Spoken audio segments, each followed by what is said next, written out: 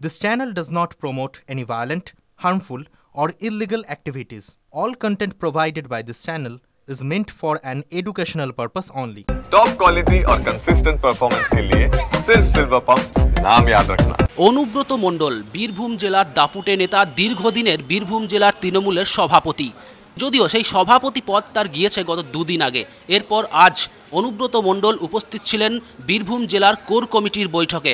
মমতা বন্দ্যোপাধ্যায় এবং অভিষেক বন্দ্যোপাধ্যায়ের নির্দেশে এই কোর কমিটির বৈঠক ডাকা হয়েছিল বোলপুরের তৃণমূল কংগ্রেসের কার্যালয়ে, এবং সেই বৈঠকে কিন্তু অনুব্রত মণ্ডলের ডাকা যে সভা, বীরভূম জেলায় প্রায় 1.5 লক্ষ করে লোক নিয়ে বোলপুর, সিউড়ি এবং রামপুরহাটে সভা হওয়ার কথা ছিল, সেই সভাতেই কিন্তু শিলমোহর দেওয়া হলো কোর কমিটির পক্ষ থেকে। পাশাপাশি কাজল শেখ তিনি যেটা বারবার অভিযোগ করতেন যে কোর কমিটির বৈঠক ডাকা হচ্ছে না, শুধু জেলা কমিটির বৈঠক ডাকা হচ্ছে, সেটা কিন্তু এই বৈঠকে উঠে আসে এবং সেখানে স্থির হয় প্রত্যেক মাসে 3 বার করে কোর কমিটির বৈঠক ডাকা হবে সিউড়ি, রামপুরহাট এবং বোলপুর শহরে। বৈঠকে কি আলোচনা হলো সে বিষয়টা তো আমাদের সামনে আমরা প্রকাশ করতে পারি না। ওটা আমাদের কোর কমিটি মিটিং ছিল। আমাদের দলনেত্রী বাংলার মা মাননীয় মুখ্যমন্ত্রী মাননীয় মমতা বন্দ্যোপাধ্যায়ের নির্দেশে বোলপুর দলীয় কার্যালয়ে আমাদের ডেপুটি স্পিকার, আমাদের বীরভূম জেলা তৃণমূল কংগ্রেসের চেয়ারপারসন ডক্টর আশিস বন্দ্যোপাধ্যায়ের নেতৃত্বে আজকে কোর কমিটি মিটিং হলো, এবং আগামী দিনে বীরভূম জেলা কোর কমিটি দ্বারা পরিচালিত হবে। এবং আগামী দিনে যে সিদ্ধান্ত আমাদের নেওয়া আছে 25, 26, 27 তারিখে 3টে সাব ডিভিশনের যে মিটিং হবে সেগুলো সিদ্ধান্ত নেওয়া হয়েছে। মিটিং 3টে হবে।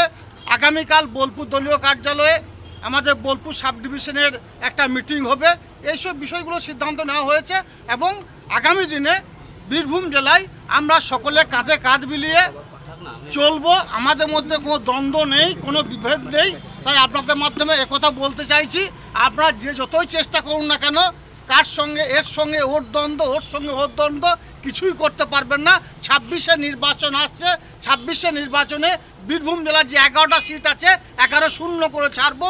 আমরা সকলে মমতা বন্দ্যোপাধ্যায়ের নেতৃত্বে, অভিষেক বন্দ্যোপাধ্যায়ের সেনাপতিত্বে বীরভূম জেলায় কাঁধে কাঁধ মিলিয়ে লড়াই করেছিলাম বিগত দিনে, আগামী দিনেও করব। 14ই জুন এবং তারপরে 28শে জুন, 14ই জুন সিউড়িতে পরবর্তী কোর কমিটি মিটিংয়ের ডেট ঘোষণা হয়েছে বা আমরা সিদ্ধান্ত নিয়েছি। তার পরবর্তী ক্ষেত্রে 28শে জুন কোর কমিটি মিটিং হবে। এটা দিদির নির্দেশে হচ্ছে, আমাদের মামাটি মশাইত্রী মমতা বন্দ্যোপাধ্যায়ের নির্দেশে হচ্ছে, বাংলার বাঘিনীর নির্দেশে হচ্ছে। আমাদের যিনি নেত্রী, যার চলার পথকে অনুসরণ করে আমরা সকলে চলি, তার নেতৃত্বে, তার নির্দেশেই 2 বার করে বীরভূম জেলা কোর কমিটি আগামী মাস থেকে হবে। এই যে কোর কমিটির বৈঠক, সেখানে যে কাজল কেষ্ট যে দ্বন্দ্বের কথা বারবার উঠে আসে বীরভূম জেলার ক্ষেত্রে, 2026-এ যে বিধানসভা নির্বাচন, সেই নির্বাচনকে সামনে রেখে কিন্তু এবার থেকে গোষ্ঠী দ্বন্দ্ব ভুলে এক হয়ে কাজ করার বার্তা সব নেতাদের মুখেই। এবং দলনেত্রী অর্থাৎ মমতা বন্দ্যোপাধ্যায় বা অভিষেক বন্দ্যোপাধ্যায় তারা যে এই গোষ্ঠীদ্বন্দ্বের ওপর রাশ টেনেছেন সেটা কিন্তু একেবারেই পরিষ্কার হয়ে যাচ্ছে। কারণ কাজল শেখ তিনিও যেমন একসাথে তলার বার্তা দিচ্ছেন, পাশাপাশি আশিস বন্দ্যোপাধ্যায়, বিকাশ রায়চৌধুরী তারাও কিন্তু একই সাথে বলছেন যে একসাথে চলার কথা। অর্থাৎ গোষ্ঠীদ্বন্দ্ব ভুলে 2026-এ বীরভূম জেলা যে 11 আসনের সিট রয়েছে, সেই 11টি আসনই তৃণমূলের চাই এবং সেটা তারা করে দেখাবে। সেটাই কিন্তু আজকের এই বৈঠকে তারা স্থির করেছেন, এবং সেইভাবেই রূপরেখা ঠিক হবে জেলার চালানোর ক্ষেত্রে। ক্যামেরায় বিক্রমের সাথে হিমাদ্রি, TV9 বাংলা।